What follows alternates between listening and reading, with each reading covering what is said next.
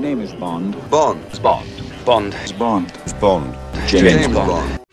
스파이 사건은 언제나 우리의 흥미를 잡아 끌지만 이 냉혹한 어둠의 세계에서 활동하는 여자 스파이들도 굉장히 많다는 사실 알고 계셨나요? 오늘은 그 중 5명에 대한 이야기를 해보죠.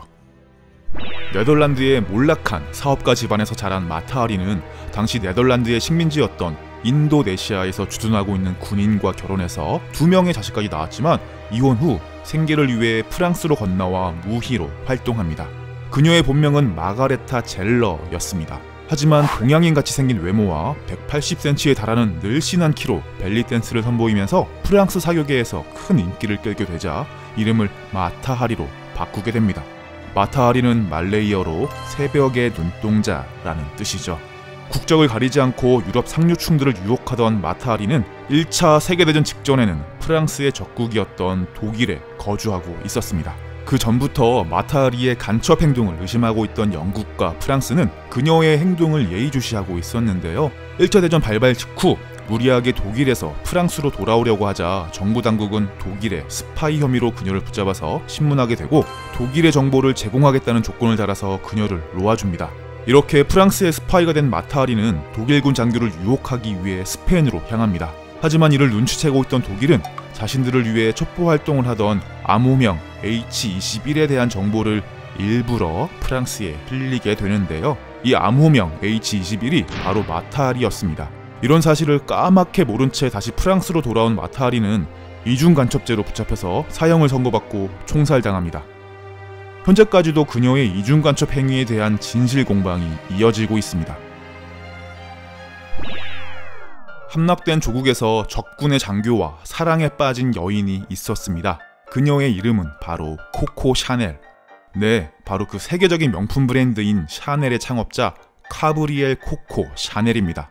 프랑스의 마지노선이 무너지고 독일군에게 항복한 프랑스인들은 위기에 빠진 조국을 되찾고자 지하 조직인 레지스탕스를 결성해서 독립운동을 벌였지만 코코 샤넬은 독일군 장교인 한스 폰딩클라게와 사랑에 빠져 그의 비호 아래 호화스러운 생활을 이어갈 수 있었습니다. 하지만 프랑스가 해방되자 나치 독일의 혼을 팔아넘긴 매국노라는 비난과 함께 신변의 위협을 느껴 스위스로 몸을 피신할 수밖에 없었죠. 그런데 사랑에 빠진 한 여인의 사생활과는 별개로 과연 그녀가 진짜로 독일의 조국인 프랑스의 정보를 넘기는 스파이 짓을 했느냐에 대해선 그동안 의견이 분분했는데요. 2016년 비밀 문서들이 공개되면서 나치의 첩보기관인 아프베어의 명단에 그녀의 이름이 스파이로서 정식 등록이 되어 있는 걸 확인할 수 있었죠. 세계적인 그녀의 명성과는 반대로 죽을 때까지 조국 프랑스에서 대접받지 못한 그녀는 죽고 나서도 프랑스에 묻히는 것을 거부당해서 스위스의 차가운 땅에 묻히고 맙니다. 때는 아시아가 급격히 요동치던 20세기 초, 신해 혁명으로 청왕조가 무너지자 왕족이었던 숙친왕은 베이징을 탈출해 일본의 힘을 빌려 청왕조의 부흥을 꾀합니다. 그러면서 일본 측 교섭 대상이었던 카와시마 나니와에게 자신의 14번째 딸인 금벽휘를 입양 보내게 되는데요. 금벽휘는 이름을 카와시마 요시코로 바꾸고 일본에서 새로운 삶을 맞이하게 되죠.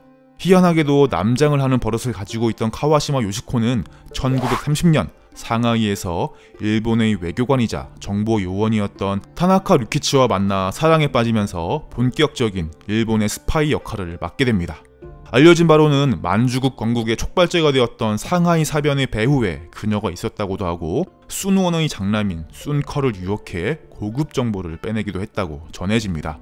일본이 패망하자 중국인들의 손에 잡힌 카와시마 요시코는 1948년 총살당하고 마는데요. 시대가 낳은 비극이라 아니할 수 없겠죠? 스파이는 지금 현재에도 전 세계에서 암암리에 활약하고 있는데요. 가장 최근 화제가 되었던 여자 스파이는 단연코 안나 체프먼이라고 할 수 있습니다. 체프먼의 본명은 안나 쿠스첸코입니다. 러시아 대외 정보국에서 간첩 교육을 받은 뒤 신분 세탁을 위해 영국으로 건너가 영국인 알렉스 체프먼과 결혼을 하게 되는데요. 2006년 그와 이혼하고 미국으로 건너간 다음 온라인 부동산 회사를 차려서 CEO 행세를 하기 시작합니다. 고급 클럽이나 파티 등에 참석해서 사교계 남성들에게 접근하기 위해서였죠. 이렇게 빼낸 고급 정보들을 러시아에 보내는 첩보 활동은 2010년까지 이어지는데요. 이를 눈치챈 FBI에게 다른 러시아 스파이 9명과 함께 체포되는 신세를 맞이합니다. 러시아에서 체포된 서방 스파이 4명과 함께 맞교환된 체프먼은 러시아로 돌아와 러시아 최고 훈장을 받는 등 국가적인 영웅 대접을 받게 되는데요. 그 후 미모를 이용해 화보를 찍는 등 활발한 사회 활동을 하고 있습니다. 아마도 본드걸이 실존한다면 안나 체프먼이 그 주인공 아닐까요? 김수임은 개성에서 태어나 이화여자전문학교에서 영문학을 전공한 이른바 신여성이었습니다. 유창한 영어를 무기로 해방 후 들어선 미 군정에서 직원으로 근무하면서 미군 헌병사령관인 존 베어드 대령과 동거 생활을 하게 되죠. 하지만 그녀에게는 또 다른 연인이 있었습니다. 바로 독일에서 유학 생활을 마치고 돌아온 이강국이었는데요. 이강국은 여운형이 중심이 된 민족주의 민족전선의 사무국장에 오르면서 사회주의 활동을 활발히 펼치고 있던 인물이었죠. 그런데 이강국이 동아일보에 미 군정을 비판하는 칼럼을 쓰면서 그에 대한 체포령이 떨어지자 38선을 넘어서 월북을 하게 되는데요. 이 과정에서 연인이었던 김수임이 자신의 동거남인 존 베어드 대령의 지프차로 몰래 그를 숨겨서 월북을 도와주게 됩니다.